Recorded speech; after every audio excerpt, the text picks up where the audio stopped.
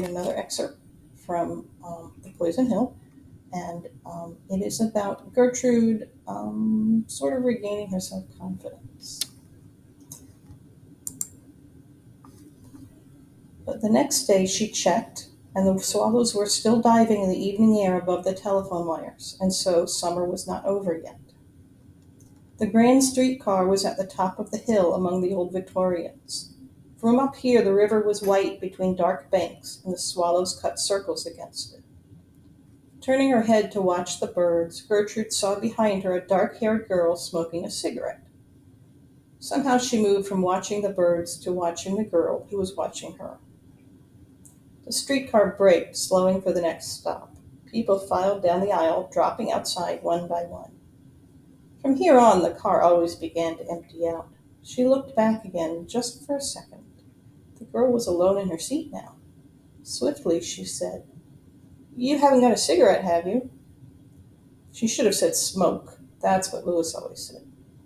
Sure. The girl rummaged in her pocket and handed over a yellowish packet. Fatimas? Yeah. My brother smokes these, sometimes. They were a cheap brand, low class. Louis would always say, "Someone gave them to me," and be vague about who. "I like 'em." The girl took the pack back. In the half-second before Gertrude would have turned back to her own life, the girl said, "I've seen you somewhere before, haven't I?"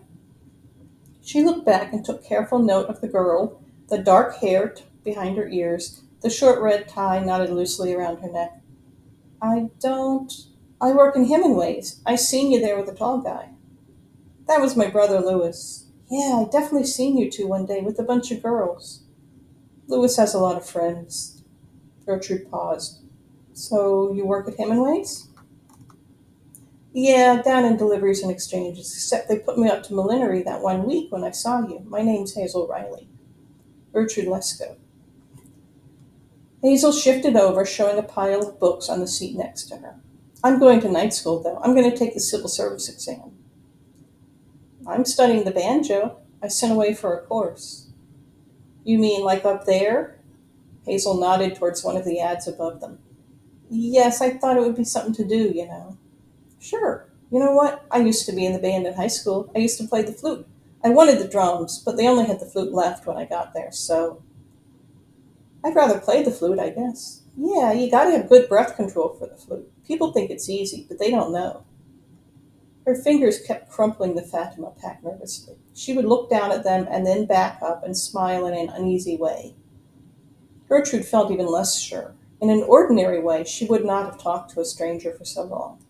But there was something beyond chance in the fact that Hazel had spoken to her, and in the way her voice wandered in and out of night school and playing the flute. "I was just watching the swallows," Gertrude said, when we came around the corner. Hazel turned her head quickly towards the window. "Oh, yeah. They always leave at the end of summer, you know. Once you see them lined up on the phone wires, the summer's over. I was so glad they're still here. I don't want summer to be over yet." Hazel was looking up uncertain, but at this familiar phrase she brightened.